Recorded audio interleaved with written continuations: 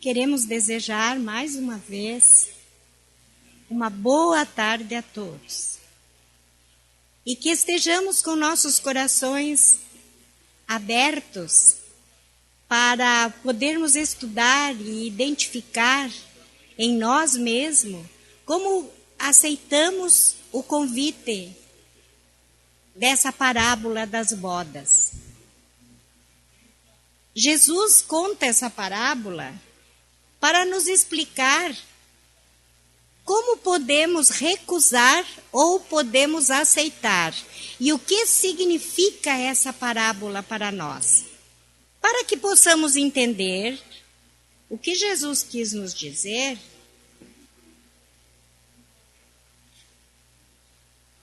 vamos ler a parábola e aí identificarmos podemos dizer assim, a nossa maneira de pensar sobre ela. Talvez muitas pessoas nem tenham lido ainda. Talvez seja uma notícia nova. E por isso é muito importante, principalmente nessa época em que estamos vivendo, é muito importante reconhecermos-nos dentro dela. A parábola diz assim. Bem, uma parábola é uma história, né? Então Jesus, ele estava criando uma história, contando aos seus apóstolos essa história. Então Jesus, tomando a palavra, tornou a falar-lhes em parábolas. Quer dizer, contando histórias. O reino dos céus é semelhante a um certo rei que celebrou as bodas de seu filho e enviou os seus servos a chamar os convidados para as bodas. E estes não quiseram vir. Depois enviou outros servos, dizendo: Dizei aos convidados, eis que tenho meu jantar preparado, os meus bois e cevados já mortos, e tudo já pronto. Vinde às bodas. Novamente, outro convite para outras pessoas, porque as primeiras não quiseram aceitar o convite. Porém, eles, não fazendo caso, foram um para seu campo e outro para seu negócio. E os outros, apoderando-se dos servos, os ultrajaram e mataram. Veja, no segundo convite também não quiseram aceitar. E ainda pegaram os enviados do rei e mataram. Bem, agora note o seguinte. E o rei, tendo notícias disso, encolerizou-se e, enviando seus exércitos, destruiu aqueles homicidas e incendiou a sua cidade. Então disse os servos: As bodas, na verdade, estão preparadas, mas os convidados não eram dignos. E depois as saídas dos caminhos e convidai para as bodas a todos os que encontrardes. O terceiro convite. E os servos, saindo pelos caminhos, ajuntaram todos quantos encontraram, tanto maus como bons, e a festa nupcial ficou cheia de convidados. Então, esse foi o terceiro convite que todos aceitaram, porque eram, podemos dizer assim, era o povo da ralé, podemos dizer assim, para entendermos melhor. E o rei, entrando para ver os convidados, viu ali um homem que não estava trajado com veste nupcial. E disse-lhe: Amigo, como entraste aqui, não tendo a túnica nupcial? E ele emudeceu. Disse então o rei aos servos: Amarrai-o e levai-o embora e trancai-o, porque muitos são chamados, mas poucos os escolhidos. Notaram? Então havia inúmera corja de convidados e havia um que não estava vestido adequadamente para essa festa. Então aí o rei mandou que levassem ele embora. Aí nós nos perguntamos, mas o que será que Jesus quis dizer com essa parábola? Veja, por isso nós precisamos estudar os símbolos dessa parábola, porque Jesus falou àquele povo daquela época, que tinham a sua maneira de interpretar as questões, porque as festas de casamento, a maneira que eles viviam, a diferença social que existia, tudo aquilo o povo conhecia. Então o povo sabia exatamente o que Jesus estava falando. E para que nós possamos entender hoje o que Jesus quis dizer, e para que possamos entender que aquela sociedade patriarcal era bem diferente da nossa, nós precisamos entender os símbolos dessa parábola. Então, nós vamos começar pelo banquete. O que será que simboliza o banquete? O que será? O banquete simboliza, note que interessante, todos os recursos que Deus provê e nos oferece gratuitamente para evoluirmos espiritualmente até a completa iluminação.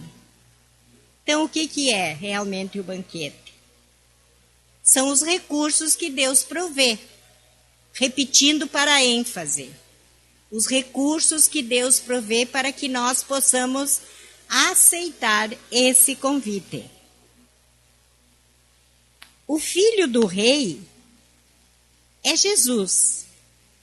E os servos que são ultrajados e mortos são os discípulos fiéis de Jesus, que antecederam Jesus, como Sócrates, João Batista, Francisco de Assis e outros, que já estavam aceitando o convite para o grande banquete, mas foram ultrajados e mortos, literalmente mortos no corpo, por aqueles que eram contrários a Jesus.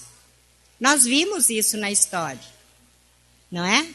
Então, por isso nós podemos entender que todos aqueles que antecederam a Jesus e depois de Jesus, que realmente foram fiéis, eles foram mortos e ultrajados, como disse Jesus na parábola. Bem, agora nós podemos entender que Jesus, aliás, que Deus, Ele nos convida até hoje para o grande banquete. E muitos de nós não estamos dispostos a irem a essa festa. Por isso, agora nós vamos entrar no mérito nosso do tempo atual. Nós estamos sendo convidados, não importa quem somos. Somos criaturas de Deus, espíritos imortais e somos convidados. É como aquele assunto na parábola. O rei mandou que convidasse a todos, bons e maus. Então todos nós, a humanidade, está sendo convidada para essa festa. Todos, não importa se são bons ou se são maus. Mas há muitas pessoas ainda que são completamente céticas, são materialistas, que estão mais preocupados com uma vida puramente material, desconhecem momentaneamente a existência do rei e do seu banquete. Será que nós podemos nos colocar aqui como pessoas que ignoram que Deus prepara para nós um banquete? E que nós estamos sendo convidados e não estamos aceitando? Será? Isso depende de nós entendermos dentro de cada um de nós o que desejamos. O que desejamos. Como podemos viver sem recusar esse convite? Porque muitas pessoas, como disse Jesus nessa história, muitos não aceitaram porque tinham outros interesses. Esqueceram-se de que Jesus havia dito: buscai primeiro o reino e sua justiça, e todas as coisas vos serão acrescentadas. Veja-se, nos dias de Jesus, que estavam vendo tantos milagres, tantas situações maravilhosas, ainda recusaram o convite. Imagine agora. Mas Deus está nos proporcionando esse banquete, está nos convidando. Esse convite é gratuito. Veja, Deus nos dá o ar para respirarmos. Deus nos dá um corpo para usufruirmos a nossa vida existencial na terra. Tudo isso Ele nos dá de graça. E nós, como é que nós agimos? Como nós aceitamos esse presente? Estamos recusando ainda? Mesmo sabendo que Deus nos oferece um banquete? Porque ninguém pode dizer hoje, na atualidade, que não lembra-se de que existe Deus. Todo mundo sabe. Todo mundo sabe que Deus existe. Só de ver esse espaço sideral, ver todas essas coisas que se movem de uma forma tão ordeira, tão caprichosa, sabe que existe um Deus. E todos sabem que esse Deus nos enviou Jesus para que Ele nos ajudasse a entender melhor a lei do amor. Porque nós precisamos conhecer as revelações, tanto a primeira como a segunda e como a terceira, para que nós possamos entender todo o contexto. Porque senão vai ficar difícil até aceitar o convite também. É necessário que estudemos a palavra de Deus. E nada melhor do que encararmos a realidade da vida diante de tudo aquilo que nós vemos. E usufruirmos e tentar usufruir da melhor maneira possível aquilo que Deus nos oferece. A nossa vida, usando-a de acordo como Jesus nos ensinou, amando a Deus e amando o próximo. Então, esse banquete está sendo preparado até hoje. Essa parábola que Jesus colocou para os seus apóstolos naquela época e o povo, serve muito bem para os nossos dias atuais. Então, vamos imaginar esse banquete. E aí nós ficamos pensando, mas o que será que é a veste nupcial? Que aquele homem entrou no banquete, foi convidado, aceitou, e não colocou a veste nupcial. E aí, por isso, ele foi colocado fora. E aí nós ficamos pensando, o que será essa veste nupcial? Veja, aquele povo que ouviu Jesus, ele sabia o que era. Porque naquela nação, costume daquele povo, era que quando tivesse um casamento, todos deveriam ter uma veste especial para o casamento. E hoje nós ficamos pensando, que veste especial é essa? Para que eu possa entrar e usufruir esse banquete e não ser expulso. É muito importante nós entendermos isso. Então, a única condição que Deus exige de nós para usufruirmos todas essas maravilhas é a veste nupcial. Então, mais uma vez, nós nos perguntamos, mas o que é essa veste nupcial? Nada mais e nada menos do que a fé e a confiança em Jesus, nosso amigo. É a fé que transporta montanhas, como Jesus disse. É a fé no conhecimento e na certeza das promessas. É. Nós precisamos ter fé e certeza de que Jesus sempre, sempre nos falou a verdade. E tudo o que Ele prometeu se cumpre em nossas vidas se nós aceitarmos o convite. Se nós não aceitarmos esse convite, aí não pode se cumprir as promessas. Porque nós não estamos dentro do contexto, não estamos com a veste nupcial. E essa veste nupcial, repetindo, é a fé e a confiança que temos em Jesus. Nós temos vários exemplos do tempo de Jesus que podem nos ajudar agora a entender o que significa realmente essa fé. Por exemplo, quando nós lemos ali que Jesus falou na parábola que o rei se encolerizou, nós sabemos que Deus não fica bravo, Deus não fica cheio de cólera, porque Ele é a expressão sumária de toda a verdade e da bondade e da benignidade. Então, Ele não fica encolerizado. Então, o que significa essa cólera? Significa que aquele povo que acreditava num Deus vingativo, num Deus que punia, aquele povo sabia o que Jesus estava dizendo. Como nós hoje, na terceira revelação e na segunda, já aprendemos que Deus não fica bravo com as nossas dificuldades, nem com nossos equívocos, nós temos que saber o que realmente significa esse símbolo. Significa que nós não podemos desprezar, note que interessante isso, ó. Nós não podemos desprezar a lei de Deus sem consequências graves através de nós mesmos. Aí se encontra a lei da causa e efeito. Essa é o símbolo da cólera de Deus. Então, se nós desprezamos as leis de Deus, nós estamos, como disse o apóstolo Paulo, colocando brasas acesas sobre nossa cabeça. Por isso é muito importante. Porque se nós tivermos pensamentos positivos, buscamos uma causa negativa, o efeito na nossa vida será negativo. Mas se nós buscarmos uma causa positiva, o efeito em nossas vidas será positivo.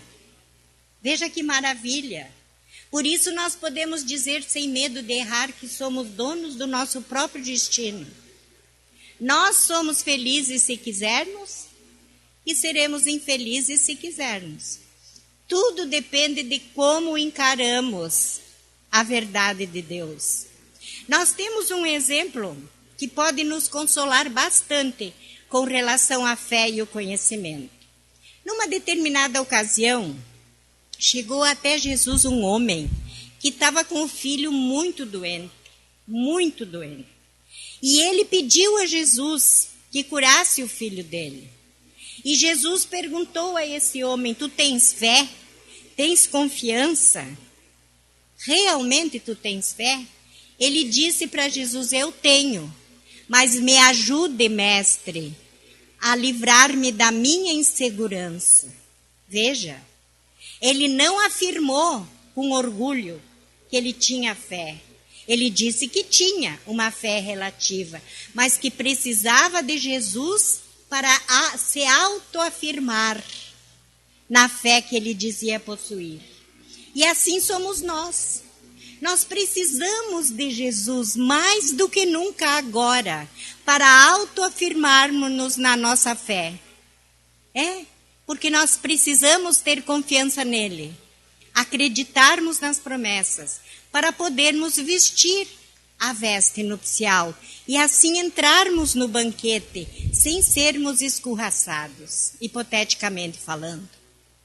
Notem, minhas amigas e meus amigos, que nós precisamos agora mais do que nunca termos o conhecimento do que realmente significa ter fé. Sabe que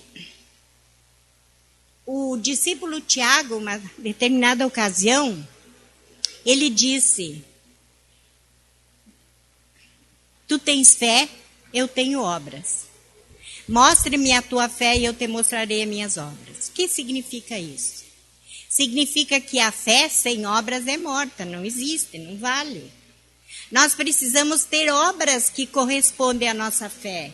E essas obras que correspondem à nossa fé é a confiança, é o amor, a benignidade, o altruísmo.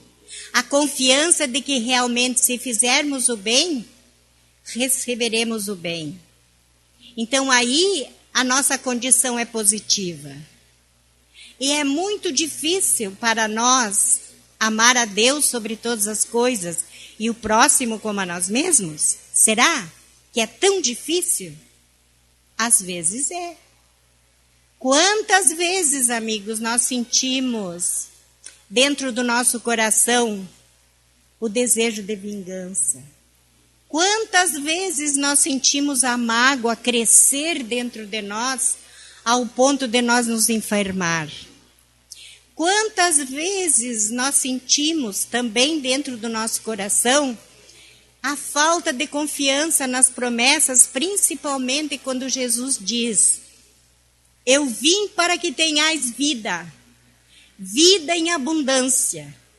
E aí nós ficamos tão tristes quando nos ocorre uma doença, ficamos tão tristes quando ocorre uma doença nas pessoas da nossa família, que nós chegamos a maltratar-nos, dizendo assim: o que eu fiz para merecer tal castigo? Como se Deus castigasse, como Jesus tivesse a ideia de nos colocar nos nossos ombros um peso maior do que aquele que podemos carregar. Por isso, nós precisamos do conhecimento da palavra. Precisamos conhecer as obras de Jesus mais do que nunca, para que a nossa fé realmente se torne forte, para que nós realmente concordamos com aquilo que Jesus disse: não se turbe o vosso coração. Se credes em Deus, credes também em mim. Então nada nos poderá deixar o nosso coração enegrecido com mágoa, dor, angústia, desespero, vingança. Porque nada melhor do que aceitarmos o perdão. Porque muitas vezes nós sentimos assim: bem, eu perdoei, mas eu não quero ver. Será que aí eu perdoei mesmo? Porque nós temos que pensar no perdão no sentido superlativo da palavra. Perdoei e esqueci. É difícil. Estou fazendo uma ginástica enorme para perdoar e esquecer. Mas para que nós possamos realmente exercer o perdão, nós precisamos reconhecer que o nosso irmão, muitas vezes, ele não está ainda preparado para receber esse perdão. É verdade. Por isso há, nesse ponto, podemos dizer, o sentimento de empatia.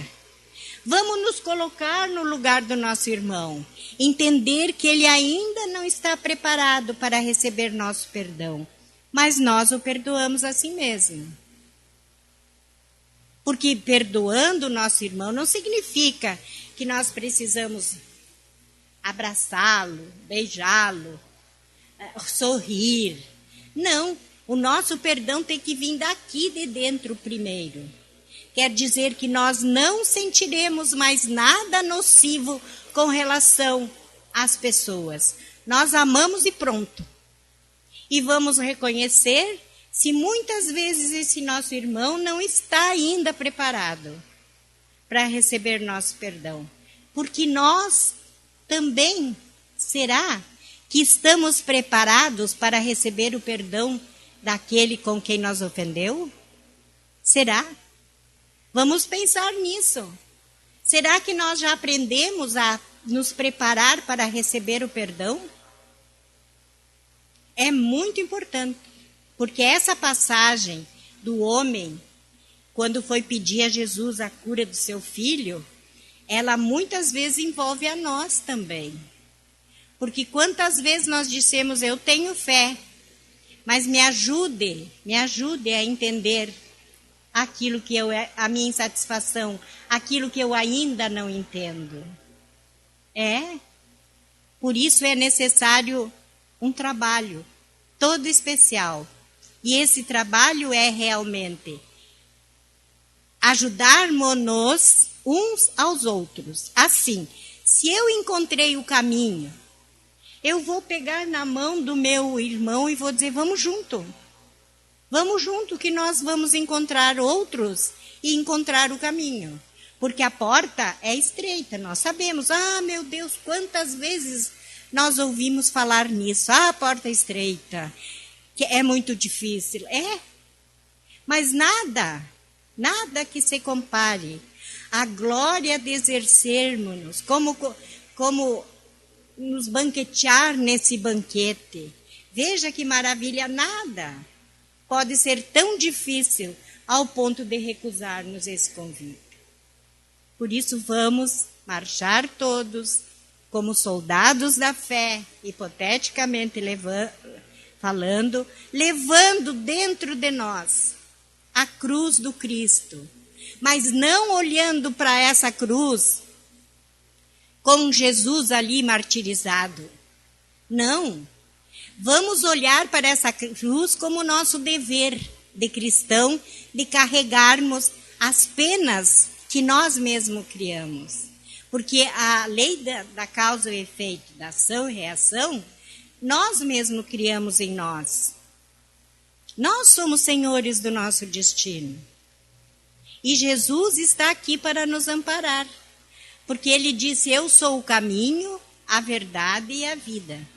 Quem crê no Pai, crê em mim. Então, se acreditamos em Deus, vamos acreditar em Jesus. Se acreditarmos em Jesus, vamos acreditar em Deus. Agora, jamais devemos pensar em Jesus como aquele mártir que foi esfolado na cruz. Devemos pensar em Jesus como o ser que está vivo, glorioso, que venceu a tudo e a todos, para nos mostrar que nós também podemos vencer a tudo e a todos.